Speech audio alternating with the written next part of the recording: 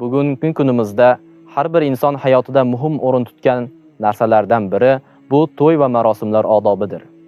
To'y bu shunchaki dabdaba yoki shov-shuv emas. Bu ikki qalbning halol yo'l bilan birlashuvi, iymon va muhabbat asosida yangi hayotga qadam qo'yishdir. Ammo ba'zida to'ylarimizda haddan ortiq xarajat, dabdaba yoki isrofgarchilik ko'zga tashlanadi. Esingizda bo'lsinki, Rasululloh sollallohu alayhi va sallam shunday deganlar: eng barakali nikoh eng osoni va eng kam xarj qilinganidir. To'y Alloh rizoligi uchun bo'lishligi shart. Insonlar hoyu havasi uchun emas. To'yda mehmonlarni hurmat qilishlik, duo bilan to'yni bezashlik bu haqiqiy odobdir. Yana shuni ham unutmaylikki, to'yda erkak va ayollar alohida o'tirsa, musiqada, kiyinishda va so'zlarda me'yor saqlansa, bu to'yga baraka bo'ladi.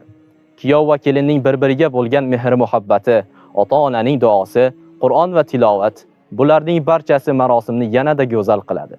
To'yda keksalarni hurmat qilish, yoshlarni e'tiborga olish, qo'shnilarni xafa qilmaslik ham odobdandir.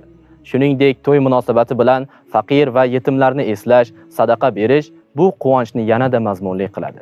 Keling, har bir quvonchimizda dinimiz ko'rsatgan me'yorga amal qilaylik. Chunki bu odob bilan o'tgan to'y barakali hayotning boshlanishidir. Barakali hayot esa Alloh taoloning rizosiga eltuvchi bir eng go'zal yo'ldir.